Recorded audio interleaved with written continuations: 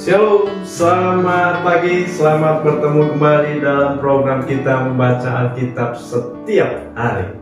Pagi hari ini kita masuk dalam episode 20 Agustus. Saya terus mengajak kita Bapak dan Ibu, mari kita ikuti terus pembacaan Alkitab kita.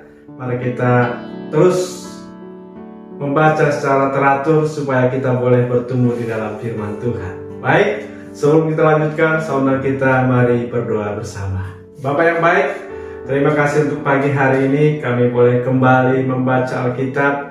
Kami boleh mendengarkan renungan firman-Mu, kiranya memberkati kami, Roh Kudus menolong kami. Di dalam Yesus Kristus kami berdoa, haleluya, amin. Baik, tema bagi kita pagi hari ini, iman yang bergantung pada kekuatan Allah. Iman yang bergantung pada kekuatan Allah. Saya bacakan dari 1 Korintus pasal yang kedua ayat 1 sampai ayat yang kelima.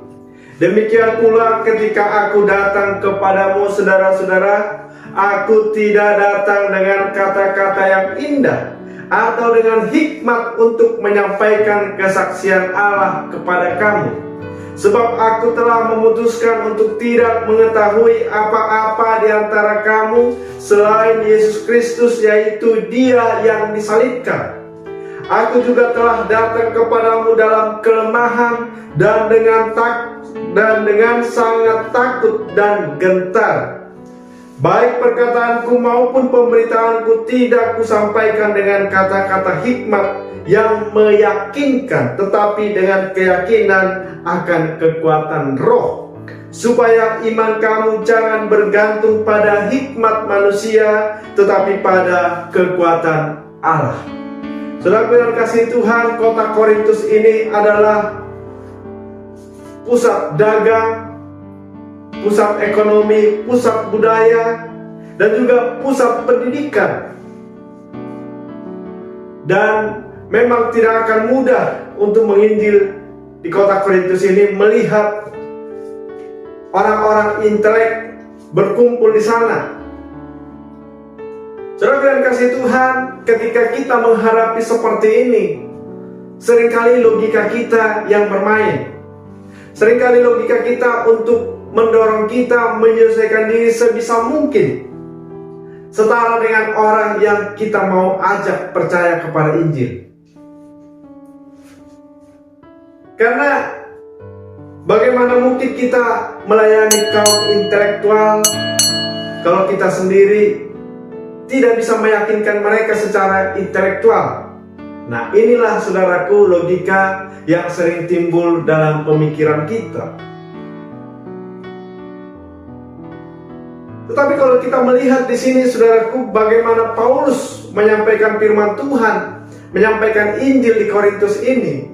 Sebelumnya Paulus juga sudah pernah ke Korintus. Kalau kita baca dalam Kisah Para Rasul 18 ayat yang ke-6, tetapi ketika orang-orang itu memusuhi dia dan menghujat, ia mengebaskan debu dari pakaiannya dan berkata kepada mereka, biarlah darahmu tertumpah ke atas kepalamu sendiri. Aku bersih, tidak bersalah. Mulai sekarang aku akan pergi kepada bangsa-bangsa lain. Paulus pernah berdebat dengan orang-orang Korintus. Dan pada akhirnya mereka menolak Injil yang disampaikan oleh Paulus, karena menurut mereka tidak masuk akal.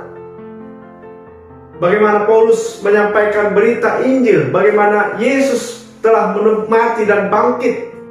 Bagi orang Korintus, pemberitaan Paulus ini tidak masuk akal. Dan dalam 1 Korintus ini kita membaca ada Paulus juga ke Korintus menyampaikan Injil. Di ayat yang kedua dikatakan, sebab aku telah memutuskan untuk tidak mengetahui apa-apa di antara kamu selain Yesus Kristus, yaitu Dia yang disalibkan. Nah, ini juga menjadi teladan bagi kita Bapak Ibu, bagaimana Paulus tidak lagi mengandalkan intelektualnya, karena Paulus memang orang yang intelektual.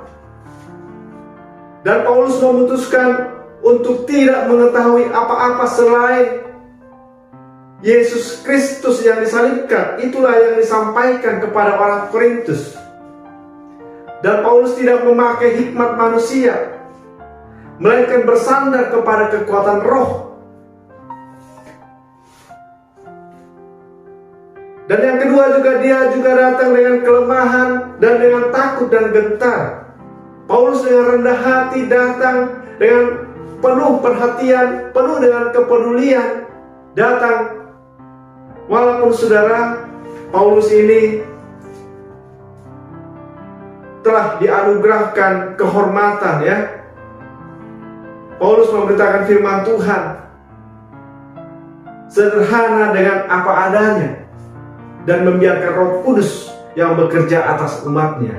Dan inilah juga menjadi teladan bagi kita. Biarlah Roh Kudus yang bekerja atas umatnya, dan biarlah kita sampaikan berita firman Tuhan apa adanya. Amin. Dan juga tidak bergantung pada hikmat manusia, melainkan kepada kekuatan Allah. Paulus memusatkan beritanya yaitu kepada inti dari kebenaran Injil, yaitu penebusan melalui Yesus Kristus. Nah, inilah inti dari Injil, saudara ya. Inilah pusat pemberitaan Paulus, yaitu penebusan melalui Kristus dan juga pada kuasa Roh Kudus. Paulus menyampaikan iman yang bergantung kepada kekuatan Allah, dan kiranya inilah juga yang menjadi iman kita.